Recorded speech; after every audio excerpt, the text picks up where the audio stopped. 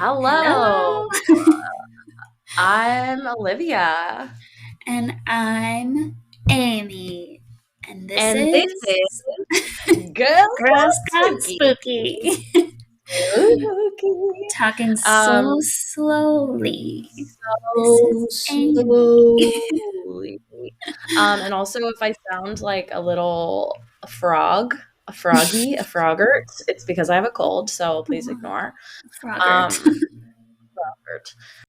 Well, we're talking today about conspiracy theories, Conspiracy. and I'm excited. And I don't think we have much overlap, Yeah, I don't think but so. I checked in our little doc, and it looks like we don't. So, um, I'm gonna do I'm gonna do my okay. Sorry, I'm scattered today. I'm gonna do some like quickie ones, and then one that's like very well known, and then I'm gonna get into the main event, which is actually a Netflix series. Okay. Okay, I can't wait. so I'm gonna start with where is it? Where is it? The Illuminati. Yay! We just have to talk about that. We have to. I was like, okay. And honestly, what's funny is like there's like some information about it, but there's actually not that much information about it. Yeah, So yeah, and mystery. but it's also like the way that BBC talks about it is the conspiracy theory to dwarf all conspiracy theories, which is really sort of true. Um, but the this is another quote from this article. A smorgasbord of every other intrigue under the sun, the Illuminati are the supposed overlords controlling the world's affairs, operating secretly as they seek to establish a new world order. And I thought that was like a perfect summary of like what the Yeah. fuck are the Illuminati. Yeah. So if you try to look into like the origins, you will likely find yourself in Germany with the Enlightenment era Order of the Illuminati. So this was like the conception of the term. It was a Bavarian secret society founded in 1776 for intellectuals to privately group together and oppose the religious and elitist influence over daily life. So, like, power to them. It included several very well known progressives at the time, but along with the Freemasons, they found themselves gradually outlawed by conservative and Christian critics, and the group faded out of existence until around the 1960s. The Illuminati that we've come to hear about today is not influenced by the Bavarians at all, although it gives a nod to the order of the Illuminati.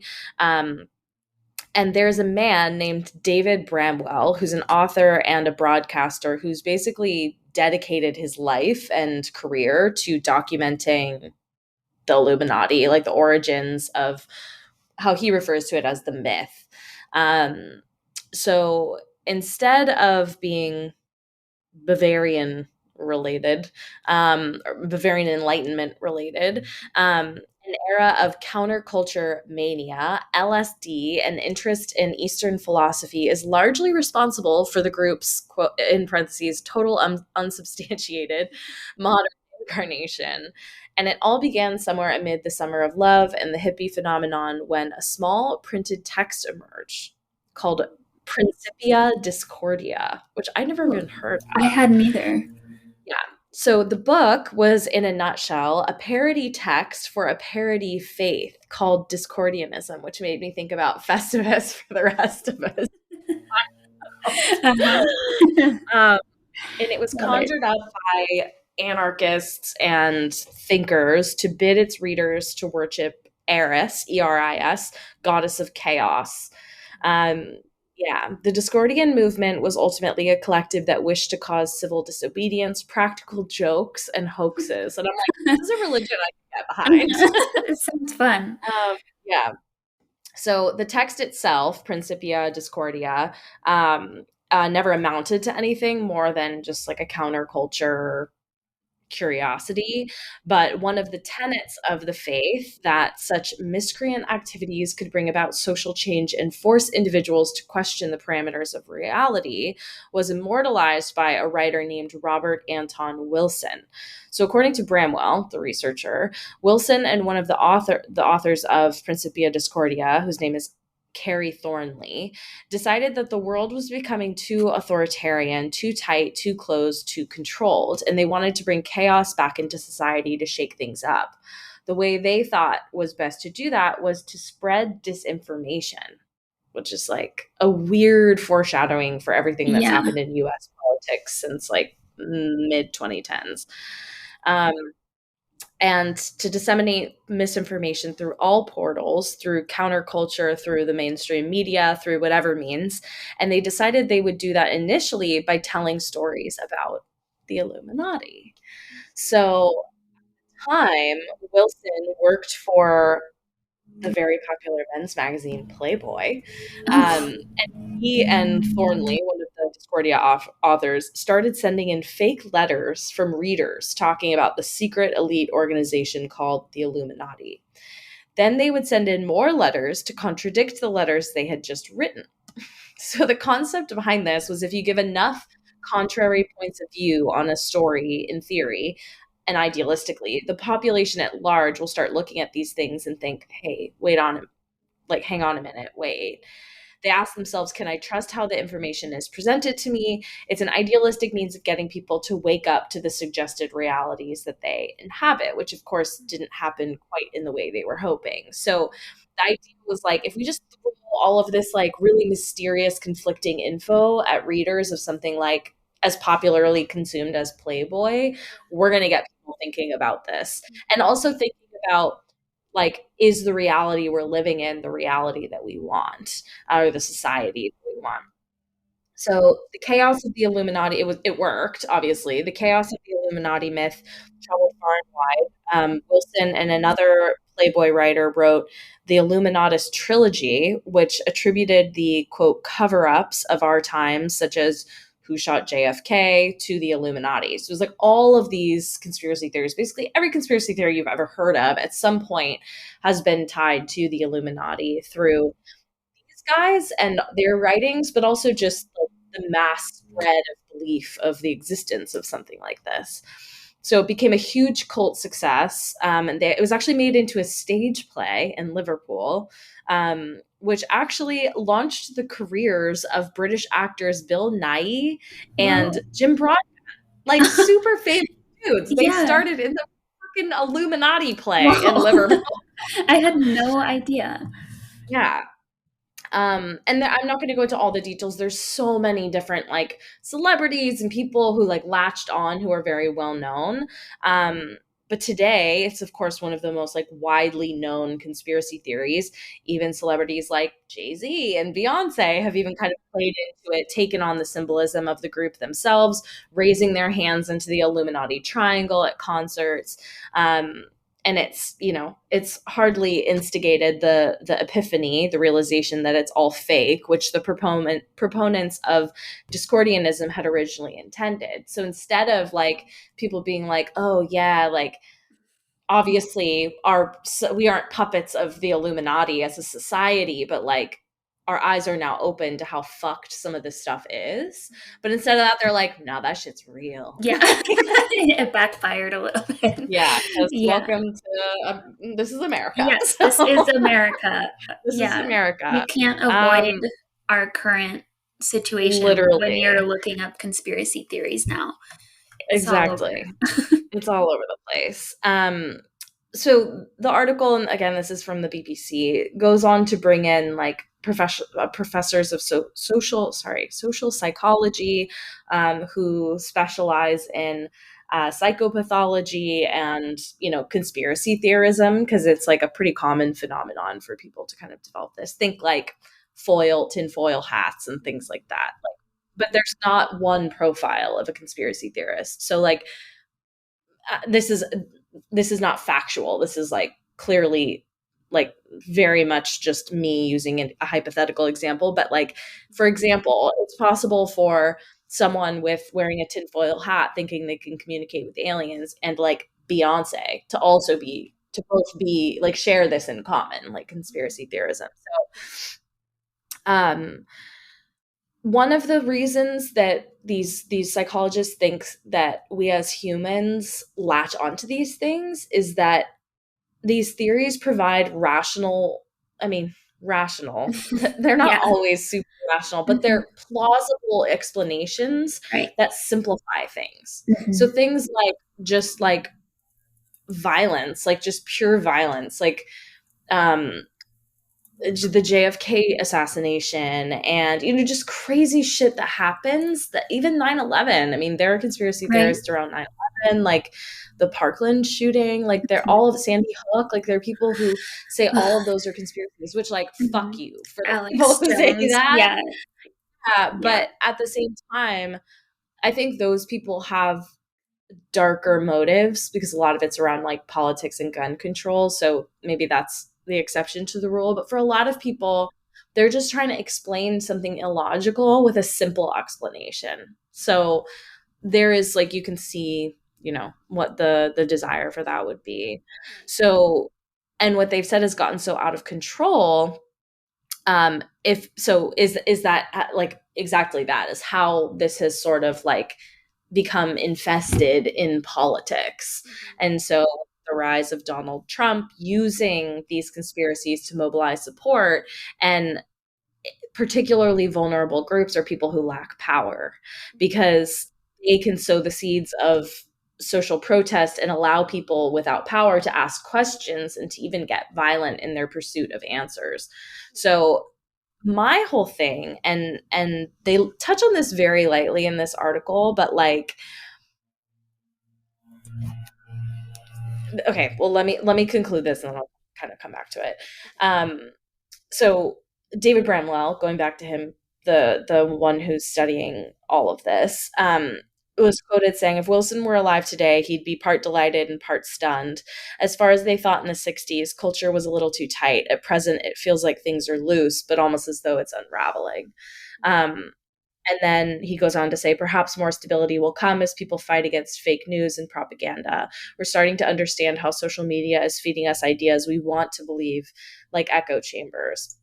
Mm-hmm. And then the author of this article goes on to say, between internet forums, nods in popular culture, and humankind's generally uninhibited capacity for imagination, today's truth finders and fact checkers might debunk the Illuminati myth for good. But my thing is like, okay, so obviously the origins aren't true, right? Who's to say that, for example, like the thing we've talked about so much is like, if you plant this idea in someone's head, who's to say that a society like this didn't actually form as a result of all of the rumors and the fake information?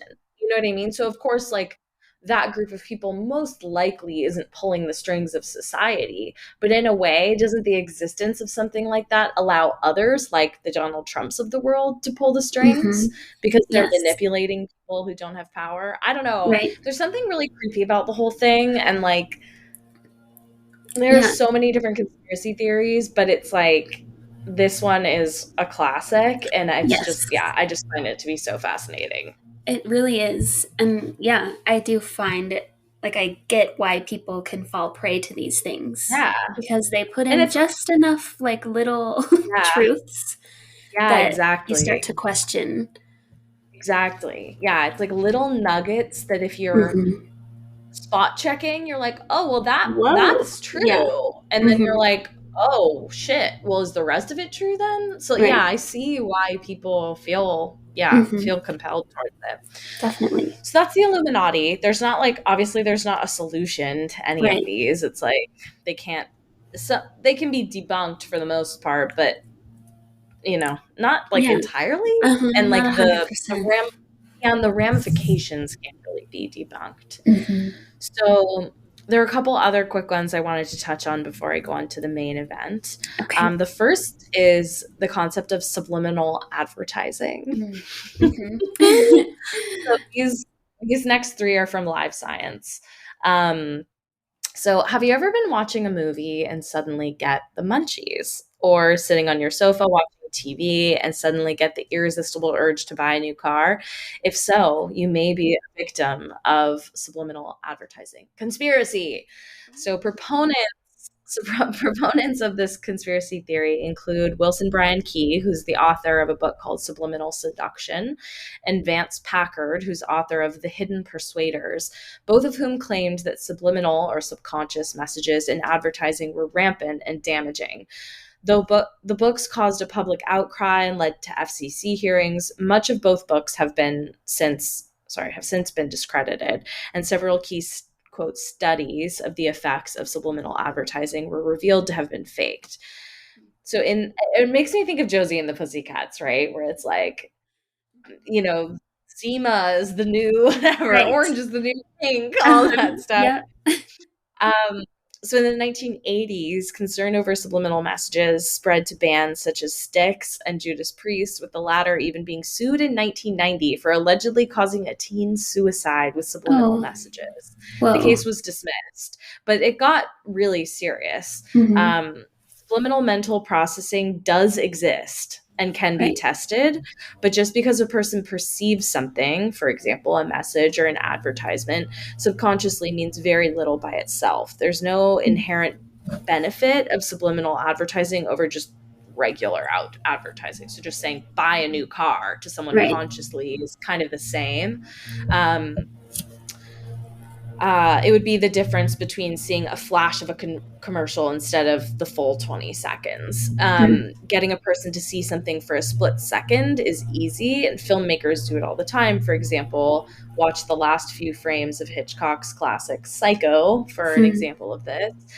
Getting a person to buy or do something based on that split second is another matter entirely. So I think the thing that's interesting for me here is like, especially when you think about music, like I think when it's not so obvious, like obviously we could see a millisecond of something in like a television ad or on a billboard or something like that, but the music one really kind of stuck with me because maybe because of Josie and the Pussycats, so I'm like more open to it. Hmm. But if you think about it, you could put a really quiet track Hmm. underneath a full song, like Yeah. percussion, wind instruments. Like you could put some shit, and that wouldn't just be a flash, right? It would be maybe 3 to 5 minutes worth of Right. exposure to something. And Hmm. that feels to me not necessarily that it would actually push you to act on the thing they want you to act on, but it would definitely be stuck in your head.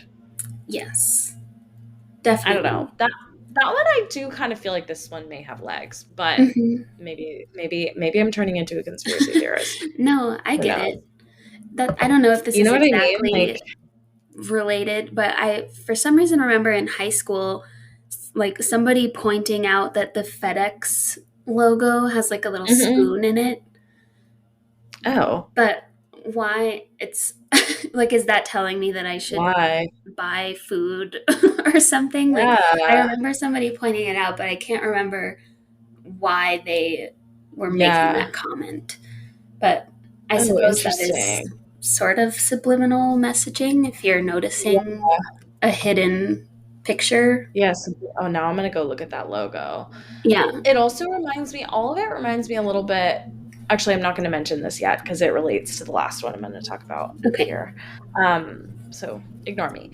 Okay, the next one is the Satanic Panic. So during the 80s and 90s, America became absolutely convinced that an underground network of Satanists was working together to kidnap, torture, and abuse children. None of it was real, but the conspiracy theories destroyed people's lives. And there was a Mhm. whole podcast about this that my mom just listened to, I think, that I'm not remembering the name of, but I think it's like, I think it might be, it's not called Satanic Panic, but it's like about the origin of it. Yeah. So the pinnacle was oh my God, Geraldo, Jesus, Rivera's infamous NBC special called Devil Worship, Exposing Satan's Underground, which aired on October 28, 1988, like great timing, right before Yeah. Halloween. Rivera relied on self proclaimed Satanism experts, misleading and inaccurate statistics, crimes with only tenuous links to Satanism, and sensationalized media reports. It was the most viewed documentary in television history. Whoa. Yeah. Amazing. And one of the quotes from it are, "There are over 1 million Satanists in this country," Rivera said, adding that the odds are they're in your town. Like, Yeah, what a how way to get to inflammatory people. is Uh-huh. that? Yeah. So the panic grew out of the idea that memories of abuse were often repressed and could be recovered with the help of hypnosis and a therapist. This idea was popularized in the 1980 book called Michelle Remembers, co written by a Canadian psychiatrist and the patient he eventually married, which is obviously an ethics red flag, um, in which the eponymous Michelle recovers memories of supposed ritual satanic abuse conducted by her mother. In 1983, the panic exploded with the McMartin preschool trial. This is the one the podcast is about, in which a California parent accused daycare owners of sexually abusing her son. Police then sent a letter to parents warning that their children may have been abused, urging the parents to ask what turned out to be leading questions to a bunch of suggestible preschoolers. Further questioning by authorities continued in this vein, yielding alleged eyewitness accounts by children, preschool aged Mhm. children, of networks of secret tunnels and witches flying through the air. Like, come on. Yeah. Oh, man. Yeah. Yikes. So after 7 years, the daycare owners were eventually acquitted or had the charges dismissed. But 7 years. Yeah. Um, one was jailed for 5 years while awaiting trials and retrials. And in the meantime, similar accusations spread through daycares around the country. Most were spurred on by now discredited methods of questioning small children, methods that often led to children making sensational accusations because they wanted to please authority figures Right. questioning them. In 1992, there was a report on ritual crime in which FBI agent Kenneth Lanning concluded that the rampant rumors around sexual Satanism were unfounded. Philip Stevens Jr., associate professor of anthropology at the State University of New York at Buffalo, said that the widespread allegations of crimes by Satanists constitute the greatest hoax perpetrated upon the American people in the 20th century. So, to give a little more color to these McMartin trials, there were charges against the daycare workers, but this then led to, I think, in the surrounding county, charges against parents, where like the police were like, "Didn't you see your mom doing this?" And the kids would be like, "Uh-huh, yeah." Yeah. And it like tore families apart. Like parents Mhm. were put away, like ruined kids' lives, and they really thought these things happened. Like they planted memories into their Mhm. minds, basically false memories. So it's, How let me see if I can terrible. find the name of the Yeah. podcast really quick, because it's, I I mean, tried to look it up. There is one called The Satanic Panic, an American witch yeah, hunt. there's, I think it's called Uncover. Um, Oh, yeah, it's called Uncover and then colon Satanic Panic. It's like an okay. episode on a podcast called Uncover. Um, but yeah, so that is the Satanic Panic conspiracy, which is Uh, just like yeah, fascinating. it is. It's so terrible. Like, you're So asking the terrible. most imaginative people Legitimately. in the world, In the children. world. Yeah. Mm-mm. And like young Sad. ass children. Yeah. Um, okay, the one that I'm not going to go into, but that I just find to be so absurd, it's hilarious, is birds aren't real. I thought about doing that one, but I just couldn't bring myself to do it. Government drones. Yeah. Like, okay, No. every bird. I Come had a on. parakeet. I can guarantee you that Yeah. motherfucker was not a spy. He was dumb. Yeah, except when I was looking at that, I think he has admitted that it was like he wanted it to be a larger social commentary on Ah, something, but I I didn't see. even read what it was because it's just so Birds, it's silly. so silly. Birds aren't real. Okay, the last little quickie one, and then I'm going to get to the main event, is Paul McCartney. Yeah, this one's so weird. Did you do this one? No, but I've known Okay, about it. you've heard about it. Okay. Yeah. So Paul McCartney is not dead. Okay, just for Yes, anyone he is. listening, it's like, wait a minute. Um, and Michael Jackson is dead. Tupac is dead, Are we sure? but Just we're kidding. not actually. I personally didn't see the I haven't bodies, so I seen. don't know. Yeah. I haven't seen the bodies. Um, maybe Biggie's alive too. They're all just like kicking it Yeah. somewhere. Who knows? Steve Jobs as So well. exactly, yeah.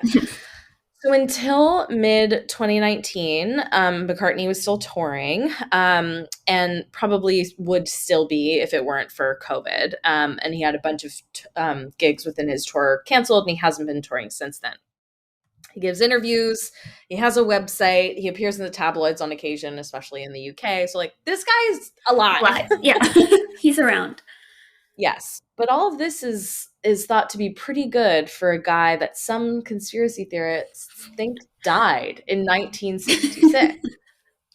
The Paul is dead conspiracy goes something like this. On November 9, 1966, Paul McCartney got into an argument with the other Beatles, stormed out of the studio, and was promptly decapitated in a car accident. Like, couldn't That's, it just been hit and yeah. kill? Like, no, So decapitated. extreme. So extreme. And to cover the whole thing up, the band hired a look-alike and sound-alike to replace him. Right. Because he's Yeah, so easy to replace. right. After going through all this trouble, though, the band then took great pains to drop clues in their album covers and lyrics to hint to the public that something was amiss. For example, on the cover of the Abbey Road album, all four Beatles are photographed striding across a zebra crossing, but only McCartney is barefoot and out of step with the other three. Oh my God. This must mean something, right? Despite public denials by the band and many, many public appearances by McCartney, fans just couldn't let it be and came together to look for more clues. So people are like fucking diehard about this, even though you look at him and you're like, yeah, that's definitely Paul him. McCartney. Yeah. He's fully alive. Yeah. Unless this is like a really amazing Weekend at Bernie's Right. recreation. Don't think so. Well, he was So, decapitated, so maybe they yeah. put his head on a new body. You know what? A Right? Frankenstein. Yeah. Maybe he's a Frankenstein. Could be. Good timing. 4 days from Halloween, Frankenstein McCartney. Let's go. Wow. That's my costume. Yeah. Oh my God. Frankenstein. Paul Undead. McCartney. You should be Paul is dead. That would be so good. How would you do it? I mean, literally, you could like dress up like Paul As McCartney, him. like Yeah. back in the day, though, Uh-huh. and then like stitches on Yeah. your neck Mhm. and like circles under your eyes, like zombie. That'd be kind of cool. Another one, I just came across someone on TikTok who was doing like a lazy girl's Halloween costume, and I was like, okay, lazy my ass. Like this would require some like serious luck in a thrift store. Yeah. But one she did was Austin Powers. Oh. I was like, with like a blue velvet jacket or even dress, and then the white ruffle like ascot and the ruffly sleeves. I was like, that's a good one. That's one to really remember, actually. That absolutely is one to remember. That would be cute. It went on my list, don't you know? Oh, good idea. Okay, so the last one. So question. Have you watched The Watcher on Netflix? I've been Do you plan thinking about it, but I haven't. So I probably will, So but you don't. I'm not going to spoil it. I'm not Okay. going to spoil it, but I am going to tell you the true story that it was based on. Okay. So this, and then there are many conspiracy theories about what the fuck happened here, but most of them are actually based on the show. So we're not going to go into that, but I'm going to tell you what I think about the actual story. Okay. Let's hear it. So this article was updated October 11th. So 2 days before of this year, 2 days before the Netflix series was released. And for context, I binged all 7 episodes of it last night because I'm so old and I'm not drinking. So what the fuck else am I going to do? take some edibles and binge watch a creepy show. I mean, that sounds Um, great to me. Why not? right? It's not too scary for you if you're worried Okay. about that. It's not too scary for you. There are definitely creepy moments, but like it's not too scary. Okay. Um, Oh, bless you. sorry. Okay, so in November 2018 was when the New York Magazine originally published the article called The Watcher, which chronicled a New Jersey family being stalked by a mysterious, threatening letter writer. So the article was written by Reeves Wiedemann and is now, of course, the basis for a new Netflix limited series created by Ryan Murphy. And there's an update on the case as well. But we're not going to get into all of that because I don't want to spoil it for anyone watching the show, but I want to give you the background. Okay. So, one night in June 2014, Derek Broaddus had just finished an evening of painting at his new home in Westfield, New Jersey, when he went outside to check the mail. Derek and his wife, Maria, had closed on the 6-bedroom house at 657 Boulevard 3 days earlier and were doing some renovations before they moved in. So there wasn't much in the mail except a few bills and a white card-shaped envelope. It was addressed in thick, clunky handwriting to the new owner, and the typed note inside began warmly. Dearest new neighbor at 657 Boulevard, allow me to welcome you to the neighborhood. For the Broadduses, buying 657 Boulevard had fulfilled a dream. Maria was raised in Westfield, and the house was a few blocks from her childhood home. Derek grew up working class in Maine, then moved his way up the ladder at an insurance company in Manhattan to become a senior vice president with a salary large enough to afford the $1.3 million home.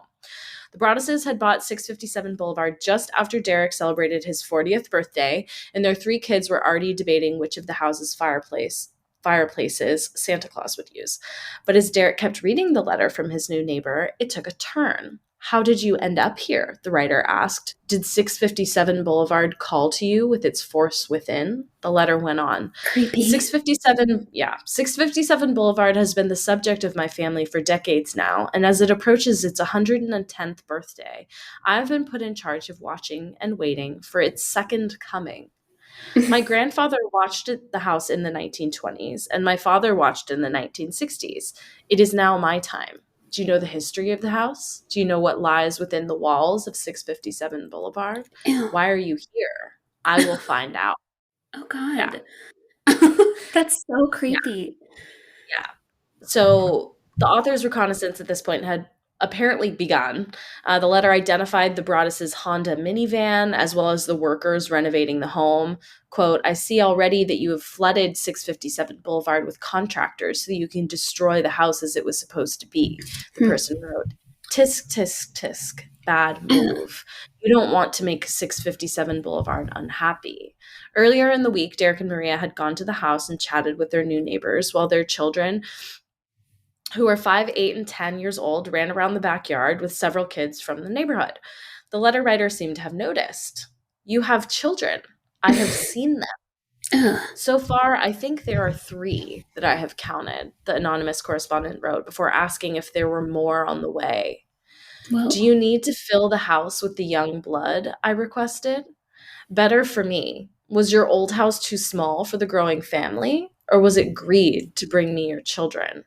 Once I know their names, I will call to them and draw them to me. no. Leave the kids alone. Yeah, the envelope had no return address. Who am I? The person wrote. There are hundreds and hundreds of cars that drive by 657 Boulevard each day. Maybe I am in one. Look at all the windows you can see from 657 Boulevard. Maybe I am in one. Look out any of the many windows in 657 Boulevard at all the people who stroll by each day. Maybe I am one. The letter concluded with the suggestion that this message would not be the last. Welcome, my friends, welcome. Let the party begin. Followed by a signature typed in a cursive font, The Watcher. Mm. That's so scary. So, uh, yeah, it was after 10 p.m., and Derek Broaddus at this point was alone. So, we're going back to Derek. So, he's just found this letter in the mailbox and is reading it after finishing painting for the night. mhm. He raced around the house, turning off lights so no one could see inside, and then called the Westfield Police Department. An officer came to the house, read the letter, and said, What the fuck is this? He asked, Yeah, he asked Derek if he had enemies and recommended moving a piece of construction equipment from the back porch in case the watcher tried to toss it through the window. Derek rushed back to his wife and kids, who were living at their old home elsewhere in Westfield. That night, Derek and Maria wrote an email to John and Andrea Woods, the couple who sold them 657 Boulevard, to ask if they had any idea who the watcher might be or why he or she had written.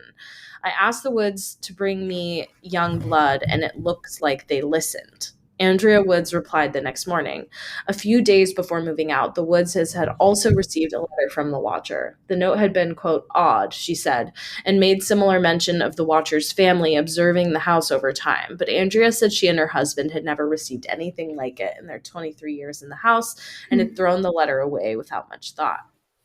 That day, the Woodses went with Maria to the police station where Detective Leonardo Lugo told her not to tell anyone about the letters, including her new neighbors, most of whom she had never met, and all of whom were now suspects. The Broadduses spent the coming weeks on high alert. Derek canceled work trips, and whenever Maria took the kids to their new house, she would yell their names if they wandered into a corner of the yard. When Derek gave a tour of the renovation to a couple on the block, he froze when the wife said, "It'll be nice to have some young blood in the neighborhood." Uh, Yikes. yeah. The Broadduses' general contractor arrived one morning to find that a heavy sign he'd hammered into the front yard had been ripped out overnight. 2 weeks after the letter arrived, Maria stopped by the house to look at some paint samples and check the mail. She recognized the thick black lettering on a card-shaped envelope and called the police. "Welcome again to your new home at 657 Boulevard," the watcher wrote. "The workers have been busy, and I have been watching you unload carfuls of your personal belongings. The dumpster is a nice touch. Have they found what is in the walls yet? In time they will."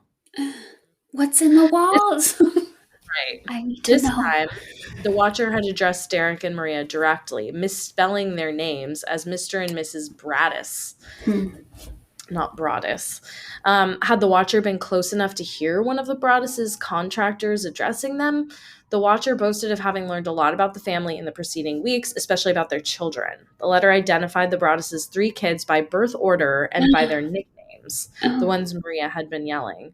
"I'm pleased to know your names now, and the names of the young blood you have brought to me," it said. "You certainly say their names often." The letter asked about one child in particular whom the writer had seen using an easel inside an enclosed porch. "Is she the artist in the family?" The letter continued, "657 Boulevard is anxious for you to move in. It has been years and years since Youngblood ruled the hallways of the house. Have you found all of the secrets it holds yet? Will the Youngblood play in the basement, or are they too afraid to go down there alone? I would be very afraid if I were them. It is far away from the rest of the house. If you were upstairs, you would never hear them scream." Oh my god. Mhm. Yikes. Will they sleep? Yeah. Will they sleep in the attic, or will you all sleep on the second floor? Who has the bedrooms facing the street? I'll know as soon as you move in. It will help me better to know who is in which room. Then I can plan better. Ew. Oh. "All of the windows and doors in 657 Boulevard allow me to watch you and track you as you move through the house. Who am I? I am the watcher, and I have been in control of 657 Boulevard for the better part of 2 decades now. The Woods family turned it over to you. It was their time to move on, and kindly sold it when I asked them to. I pass by many times a day. 657 Boulevard is my job, my life, my obsession. And now you are too, Braddis family. Welcome to the product of your greed. Greed is what brought the past three families to 657 Boulevard, and now it has brought you to me. Have a Hmm. happy moving in day. You know I will be watching." XOXO. The Watcher. Literally, Gossip Girl. So they stopped bringing their kids to the house for obvious reasons. Hmm. They weren't sure when or if they were going to move in. Several weeks later, a third letter arrived asking, "Where have you gone to? 657 Boulevard is missing you." Um, Yeah. So it's a super like context on Westfield is like idyllic. It's this like idyllic suburbia, cute little neighborhood. Bloomberg ranked it the 99th richest city in America. Wow. Um, yeah. So it was considered at the time that this came up, that these litters started, Neighborhood Scout, which is some online site, named it the country's 30th safest town. So very little crime occurring Yeah. in this town. The most pressing local issues of late, at that time in 2014, according to residents, were the temporary closure of Trader Joe's after a roof collapse and the rampant scourge of unconstitutional policing, by which they meant aggressive parking enforcement, as Westfield is 6% white. I had the Mm-hmm. hiccups from my sparkling water. So it was built in 1905, and the house was perhaps the grandest home on the block. But when the Woodses put it on the market, they had received multiple offers above their asking price, um, which led the Broadduses to initially suspect that the watcher was probably someone upset over losing out on the home, so that they Mm-hmm. outbid them. Um, but the Woodses said one interested buyer had backed out after a bad medical diagnosis, while another had already found a different home. So that didn't really make much sense. In an email to the Broadduses, Andrea Woods proposed another theory. Would the mention of the contractor trucks and your children suggest that it was someone in the neighborhood? The letters did indicate proximity. They'd been processed in Kearney, the USPS's distribution center in northern New Jersey. The first was postmarked June 4, before the sale was public. The Woodses had never put up a for sale sign, and only a day after the contractors arrived. Um, the renovations were mostly interior, so people who lived nearby would say, they heard anything. Beyond that, there wouldn't be much noise. Mm-hmm. Um, when the couple walked Detective Lugo around the house, they showed him that the easel on the porch was hidden from the street by vegetation, making it difficult to see someone unless someone was behind the house or right next door. Um, a few days after the first letter, they went to a barbecue across the street, welcoming them and another newcomer to the block. And they hadn't at this time told anyone about the watcher because the police told them not to. So they found themselves scanning the party, like looking for Mm-hmm. clues, for people who are being creepy or whatever, keeping really close tabs on their kids, who also didn't know. So the kids Oh. didn't know about any of this until the article dropped 4 years after the first letter. Oh, wow. So they just kept them super sheltered from it. It's a good Um, idea. yeah. So there were some odd families, but everyone seemed kind of harmless for the most part. There was one family member from a family called the Langfords, whose name is Michael, who was pretty grown and like didn't work, had a beard, and they describe him as sort of like a Boo Radley character. Mm-hmm. Like there was probably something a little off with him, and so he didn't have, a full adult life in the way you'd Mm-hmm. expect. So Derek kind of assumed it was him. So Yeah. he thought, he was like, okay, the Langford house is right next door, right next to the easel on the porch. So Michael Mm-hmm. would have been able to see it. The family had been living there since the 60s, when the watcher's father, the letters had said, had begun observing 657 Mm. Boulevard, but it doesn't account for the grandfather watching in the 20s. Right. So it's like, okay, Mm-hmm. not sure. Um, so and there were like things that lined up too with the timing of like the Langford father's death and when he kind of passed the torch. So Mm-hmm. just interesting. So when the Broadduses told Lugo, the detective, about the family, he said he already knew. And a week after the first letter arrived, he had brought Michael to the police headquarters for an interview. He denied knowing anything about the letters, but the Broadduses say that Lugo told them that the narrative of what he said matched things mentioned in the letters. Um, and the detective had said at one point to the Broadduses, "This isn't CSI Westfield. When the wife is dead, it's the husband." Like Uh-huh. that'd be Yep. crazy. So there, it's like wasn't much evidence to go on, right? So like the Broadduses are super frustrated because it's like someone's threatening us and mainly our children, and Yeah. like there's not much evidence to go off of. So at one point the police were just saying like, well, it's probably done, like there's probably nothing else is going to happen, and he's like, well, probably isn't very reassuring Yeah. when this is like my family. So they began their own investigation, and Derek became like pretty obsessed. He set up webcams, spent the nights alone in the dark in the house, just like waiting to see if anyone was outside, like looking out windows when all the lights are off. And he showed a map displaying when each of 657's neighbors had moved in. The Langfords were the only ones there since the 60s. I personally don't think it was a neighbor. I think it was like some rando whose maybe Mhm. family lived in the home like a long time ago and honestly maybe did some scary shit in there Mhm. and is watching it to protect it, like to protect their family secret or whatever it was. Oh, That's my conspiracy yeah. theory. But Interesting. and that is not at all founded on the show. Okay. Um, That would one make of the sense. right, like that. Why else would you task your like generations with watching the house? I don't know Right. if that's true, if what he said in Yeah. the letter is true, right? Which like we Mhm. don't know. So they hired a PI who would stake out the neighborhood, run background checks on the neighbors. There were this is interesting. Derek even reached out to the former FBI agent who served as the inspiration for the character Clarice Starling in Silence Oh, of the Lambs.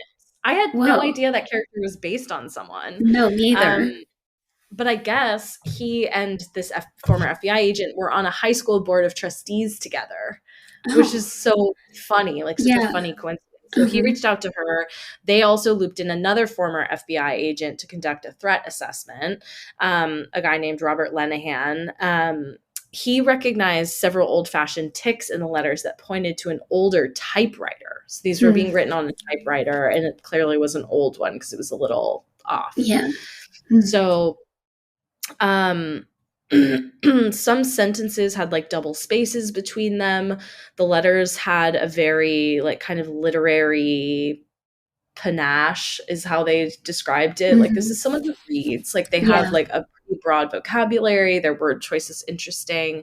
It's a very kind of like romantic sort of writing style. It's not like a macho guy kind of Yeah. vibe. Um, so Lenahan didn't think that the Watcher was likely to act on any of the threats, but the letters had enough typos and errors to imply a certain erraticism in this Mm. person's personality, which led to more concern, right? It's like, well, we Mhm. don't think something's going to happen, but if they're prone to like do something scary on a whim, like that could Right. be problematic. Mhm. Um, so the Watcher was upset by new money moving into town. And there was this like common theme of what they call seething anger that was in a lot of the letters.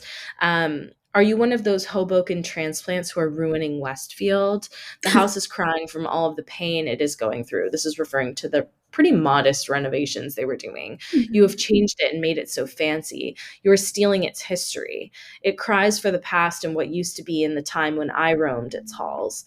The 1960s were a good time for 657 Boulevard when I ran from room to room, imagining the life with the rich occupants there.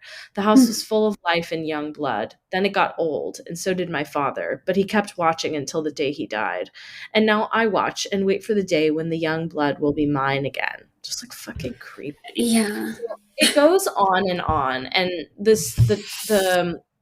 the wife starts having these scary dreams. They keep thinking they're seeing things in the house, and it just freaking freaks them out. And they really can never figure out. Like by the end of the year, the investigation stalled. There was no digital trail, no fingerprints, nothing, and no way to place someone at the mailbox at any time. Like there was nothing to capture this person who was doing it. So it was Right. like kind of a needle in the Mm. haystack. So they had a priest bless the home. They finished the renovations, put in a new alarm system, um, and they eventually, as these letters were getting more and more unhinged, um, they decided they needed to move out. So they Mhm. moved in with Maria's parents, figured out what to do, and 6 months after the letters began arriving, they decided to sell. Wow. So one of the last letters that they got that like they were like, okay, this is it. Like this guy's fucking Yeah. unhinged. 657 is turning on me. It is coming after me. I don't understand why. What spell did you cast on it? It used to be my friend and now it is my enemy. I am in charge of 657 Boulevard. It is not in charge of me. I will fend off its bad things and wait for it to become good again. It will not punish me. I will rise again. I will be patient and wait for this to pass and for you to bring the young blood back to me. 657 Boulevard needs young blood. It needs you. Come back. Let the young blood play again like I once did. Let the young blood sleep in 657 Boulevard. Stop changing it and let it alone. Hmm. So they have not watched the Netflix show. It's been reported, like in the Mhm. update, like they're not interested. They were like, the trailer was triggering enough. Like, we don't need to Yeah. relive that trauma. Mhm. Um, and the real story is unsolved to this day. But Hmm. my theory, because there's something about the like, do you know what's in the walls? Like, Yeah. what's in the walls? Like, Yeah. what's in the basement? What the fuck's in the Yeah. walls? Like, Something I think happened in something, there. I think something bad happened in there. Yeah. Yeah. And there's So evidence of once, it, yeah, probably. so once you've watched the show, we can Okay. break down our conspiracy theories about the show. Yeah. Um, but it's really good. And Okay. this is I'm what it's all excited. based on. So it's not Wow. like a conspiracy theory per se, but there are so many theories that have come out from it, especially now that it's so popularized through the Yeah. Netflix series. Right. Oh, So yeah, okay. I'm excited to that watch it. is The Watcher. So sorry, Wow. I took Creepy. so much time, but I just got so excited. No, that was good. I am excited to see that because Yay. there could be so much I going know. on. I know. So much going on. I wonder, I feel like I couldn't sell that house in good I know. conscience. Like, I know. ooh, yeah, okay, I'll watch it and we'll talk. Yeah, you got to. Okay, are you ready? Your turn. I'm so ready. Bring it. Bring it, Okay, sis. so the first one I have is a silly one to start out. Um, so there was, I don't know exactly when this was, but there was a Reddit post that started this whole theory about Mattress Firm being a money laundering scheme. What? Which, I bought the mattress I have at Mattress well, Firm. you're part of this. Oh, Because, are there dollar bills in my mattress? I mean, maybe you should check. But Mattress Firm, as you can guess, is a mattress store. And Hmm. they have an inordinate number of locations across the US. That's true. And also, their locations within each city are usually right next to each other. So, Hmm. for example, this person who started this Reddit thread, they used Austin, Texas as their example. That's the And one I bought mine from, and yeah, it was Mattress Firm, and it was right next door to a Mattress Soft. And I was right. like, And what? yeah, so if you look at Austin, they had this map and it was specifically Mattress Firm, so Oh, not okay. another mattress Okay. store. They have 10 Mattress Firm locations and they're all excuse me, on the same road, just like dot dot dot dot dot across the city. What? So, yeah. And then I was curious, so I looked up in my town, and this town is not that big, and we have 5 Mattress Firm locations. And they're all like it's in an L shape, and they're Oh all my very God, close to each what? other. So I kind of get where they're coming from. um, and especially when you consider that the average person replaces their mattress every 7 to 10 years, Yeah, not there's, that often. yeah, not that high demand for all of these mattress firms. So, yeah, the That's so person, weird. it really is. So they wrote on Reddit, this person, they wrote multiple stores equals more places to shuffle money between and more sources for fake money to appear to come from.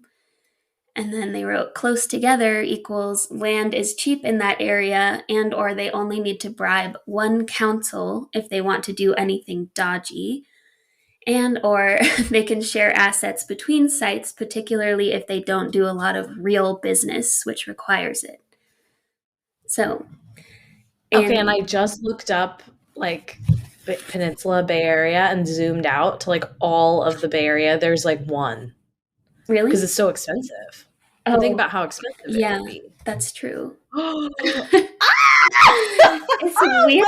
Wait. I know. It's really weird. I'm in. I believe it. Yeah.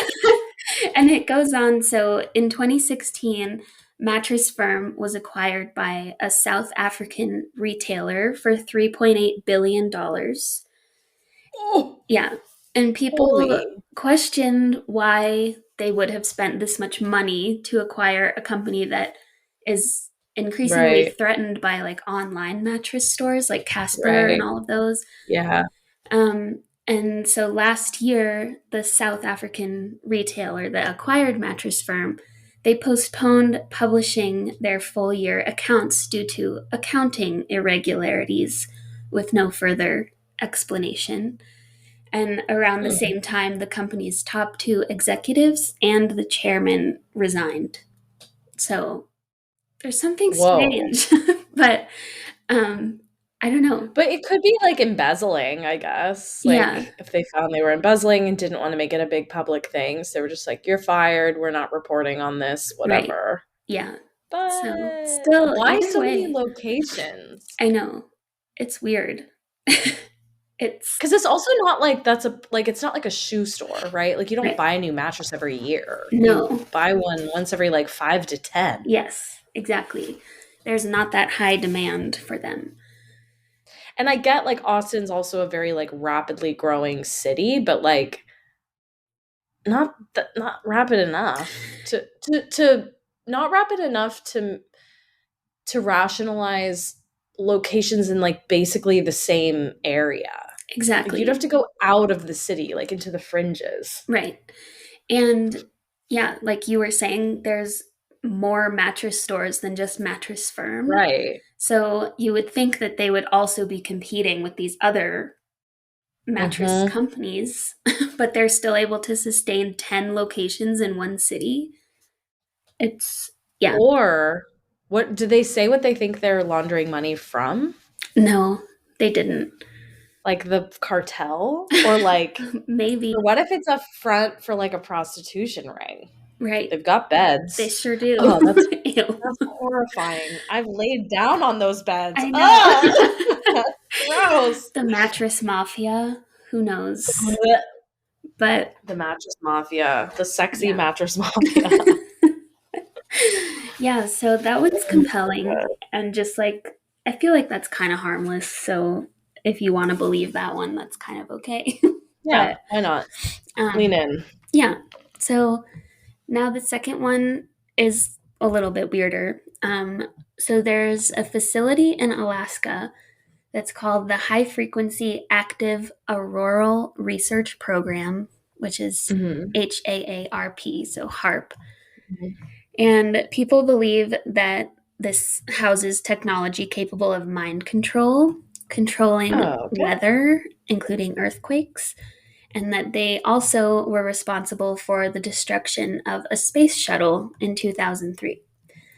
Mm, So, what HARP actually does is atmospheric research on like the okay. mechanics of the aurora borealis, radio frequencies in the ionosphere. But Mhm. someone named Nick Begich, I think, he reported that the radio waves that HARP produces exist at similar frequencies as human brain waves. So, for some reason in his mind, that equals mind control. And people I mean, I were, guess that's kind of logical, but is yeah, there science to back that up? I don't no, know. there's not, at least not what I could find. But I mean, I guess I don't know about radio frequencies and all of that. Yeah, So I I don't can see either. how you could get confused and be like, whoa, Yeah. there's maybe something to that. But um, yeah, he drew that connection and that sort of took off into all these other things. And it got so big that HARP actually hosted an open house a few years ago in Mm. hopes that people would come to understand the actual science of what they're working on. And someone that they hoped would come for this open house was Jesse Ventura, who's the Mhm. professional wrestler and former Minnesota Yeah. governor. And Okay. I guess he attempted to break into the facility in 2009, Yeah. and he just continued to harp on this idea. He said, "This thing can knock planes out of the air, it can control the weather, and it's a very dangerous, dangerous weapon." So This these is like a reliable contact. yeah, exactly. He just knows. Like, you don't even need to ask why he thinks this. He just Mm-mm. knows. Mm-mm. He knows. So, He gets it. He no, just knows. yeah. And that That is kind so of funny. was reminding me of all the stuff surrounding like 5G and Oh my COVID God. and how Yeah. the 5G is to blame for the pandemic and all that. Oh my God. People. Oh, there was one thing I forgot to mention after the Paul McCartney thing Hmm. is that because I was like, oh, I'll put a pin in this until the Oh, next yeah. one. The Mandela effect. That's what I was thinking. Yes. Is it reminds me a little bit of that, where it's Hmm. like people are certain. Like we Yes. talked about it in Glitch in the Matrix, I think, but like you're certain something happened. Like I Hmm. could see people being like, no, but Paul McCartney died, and Right. then trying to like solve it or like explain it Hmm. away with this. But anyway, continue. I just Yeah. didn't want to forget No. to include that. Yeah. The Mandela effect is really weird. Yeah. Super weird. Super weird. Okay. So that was a quick one. Now, a more detailed one. So, this I came across, and they kept referring to it as the internet's first conspiracy theory. Oh, So, it's the OG. And the OG. it's known as Ong's Hat. That's ONG. Hmm. And so, Ong's Hat is like a ghost town or an area in the Pine Barrens of New Jersey, aka Hmm. Jersey Devil territory. Yeah, I was gonna say, isn't that Yeah, wow, Jersey Jersey Devil Devil. Zone? Yes. Jersey Devil. Hmm. Yeah. So, um, though they call it a ghost town, but there's some question as to whether it was actually a town at all. Oh. Yeah.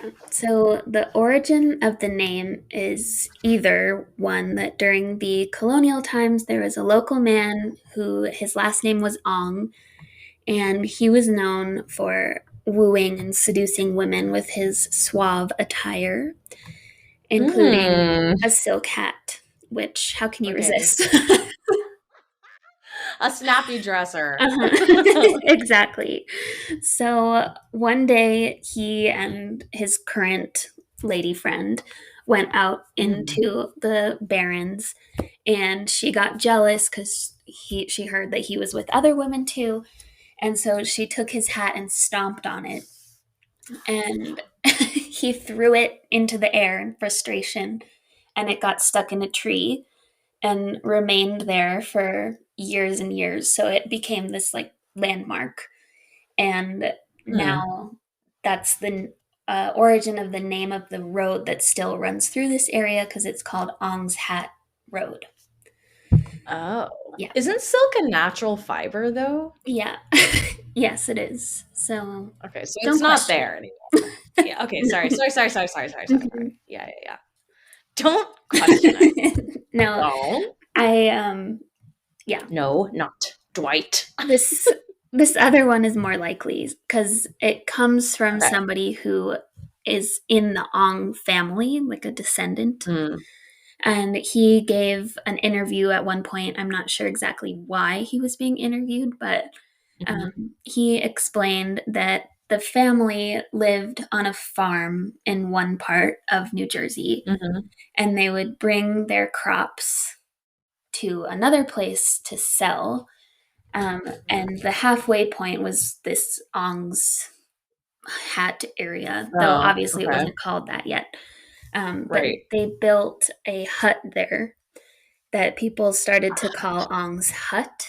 So it was like maybe this hat thing was just a misprint on a map or Oh something God. lost along the way. So, yeah, it's either Ong's Hat or Ong's Hut, whatever you want to believe. Okay. But the conspiracy part comes in the 1980s when Okay. a brochure from someone or something that was called the Institute of Chaos Studies and the Moorish Science Ashram What? began making its rounds in people's mailboxes. So the pamphlet explained that at the site of Ong's hat, there were two scientists from Princeton University that had gone Hmm. out there and built their own lab after their work on chaos studies, it's quote, Hmm. unquote, got them booted out of Princeton.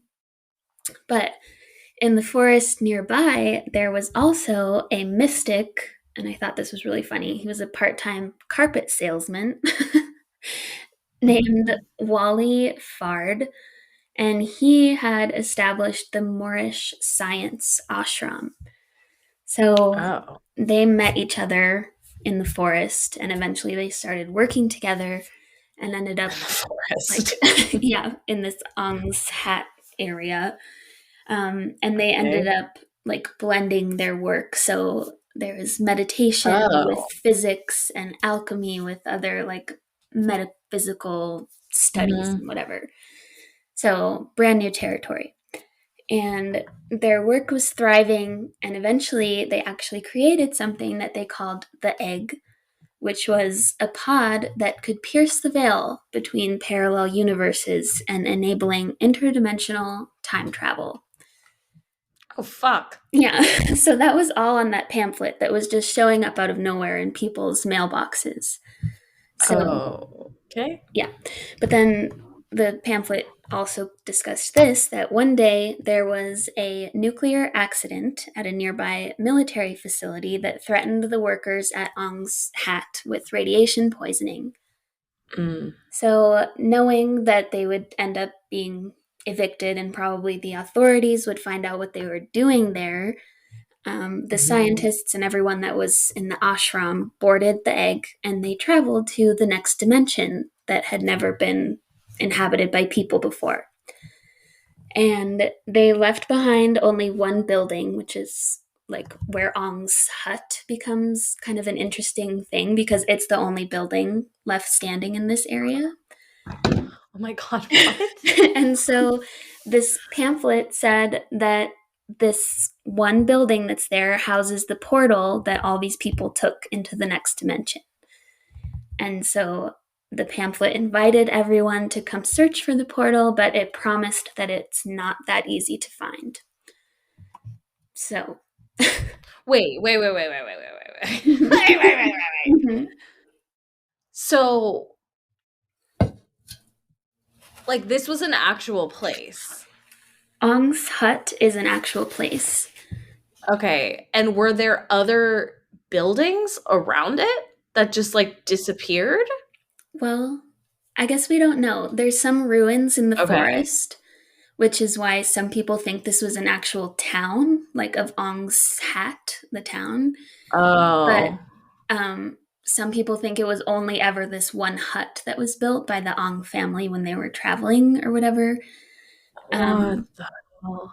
but yeah, all this interdimensional travel stuff didn't come until later. Um, Oh, yeah. I love it. I Yeah. fucking love it. I do too. It was so fascinating to read about this. So, um, But the pamphlets were real. Like, yeah, people were actually receiving these from this institute or whatever they called themselves. But we'll get to that in a little bit. okay. Oh God. Yeah, so as this story, like people were getting these pamphlets, the story was spreading. Um, Other people started coming forward saying, "Oh, I lived at the ashram," and I just Oh decided my not God. to go with them to the next dimension. Um, and like we were talking about earlier, people dug up like just enough information that kind of coincided with the story to make it compelling. Like there was a military facility near there, Fort Dix, which is a funny name. um, and also there was a like highly covered up plutonium spill in New Jersey. Oh whoa. So just little nuggets like we were talking about earlier. So Mm, eventually, the story graduated from these pamphlets onto the internet, where people became obviously really engrossed in the conspiracy. And some people became so obsessed with it that they said that reading about it online was producing shifts in their realities. So they were like getting sucked in. They said they were experiencing various synchronicities, strange dreams, and mm, unusual visual perceptions. mm. So people were getting like way too into this. And so Mhm. at that point, somebody named They're like Joseph, they're like, "I also took LSD, but I right? don't think it was that." It's not, It's yeah, definitely not that. no, it wasn't that. It's something else. So, um, yeah, finally, when he saw all this happening, Joseph Matheny, he came forward and admitted that he and some of his friends had made all of this up. And they had made the pamphlets and they were like sparking conversation on these message boards online. And they had done it all as part of what he called an alternate reality game, which Mhm, sends people searching for something made up in the real world. mhm, So it mm. was all a game. But It was all a dream. exactly, it actually was.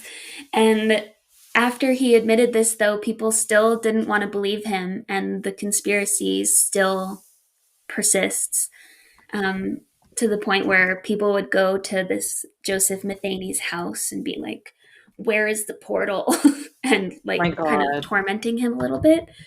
Um, so, yeah, that was the original kind of time travel weird thing, but then it led to more things. The main one being the story of John Titor, which, Mhm, or Titor, I don't know, probably Titor. mhm. Um, Tit but titter. Titor, yeah, we never know. But I'm gonna breeze through this one because this also has a lot of detail, which was kind of cool. But Mhm, um, so John Titor, he started popping up online and in faxes to a radio show, which was weird. But okay, um, very 90s, but alright. yes, exactly. So he was saying that he was from the future. He was a time traveler and he needed people's help to save the world, basically. And yeah, like I said, his first communications were through this radio host. His name was Art Bell, and it was the late 90s when that happened. Okay. And some people became, again, totally obsessed with John Titor, and they believed his every word, including that he knew there would be some cataclysmic event on Y2K, Mhm, that we would eventually be under martial law, things like that. Um, and John Titor says that he's able to travel both forward and backward in time. And when you do that, you can meet both your future and past selves. He said that time travel is invented in the year 2034. So within our lifetime, we might get to see it. wait. Yeah, What if it's right? I What if know. he's right? I mean, we never know. I'm going to await 2034 and see what happens. On tenterhooks. Oh, yeah. Yeah, tenterhooks. Yeah. Ten, ten, ten, ten, Ten, ten, ten, ten. ten. Yeah. So yeah, 2034, but that he can't travel forward past the year 2564. And he said, we best hope that we can figure out why. So that's like Ugh. what he's asking for help with, is why he can't go past that year. Um, so yeah, I kind of. wonder, does he say how? Like that he physically travels, or is it like astral projection? Because that I could kind of see. The astral projection. Yeah. Yeah, I don't think it's specified. But there was a But really then it good would make article sense if about it. there were an invention. Like that would be a personal ability, not Yeah, like, "Ooh." that's true. So yeah, that one I just thought was kind of funny. Um, but that was all I have for today.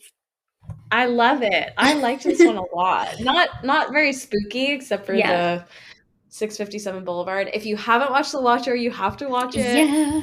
Watch The Watcher. Watch I'm The gonna watch Watcher. you watching The Watcher. Oh God. Um, well, it was so funny because I was watching The Watcher, Hmm. and I was on my couch and I was laying down, and Banks was like, my cat was like at our mascot Hmm. was at like the end, like he was sitting on the top of the couch, but like on the other end, like where my feet were, Hmm. and He I'm was just like sitting there, just staring. laying down, just I literally but he was facing away from me too. He was doing his little like loaf, Hmm. like little legs folded in.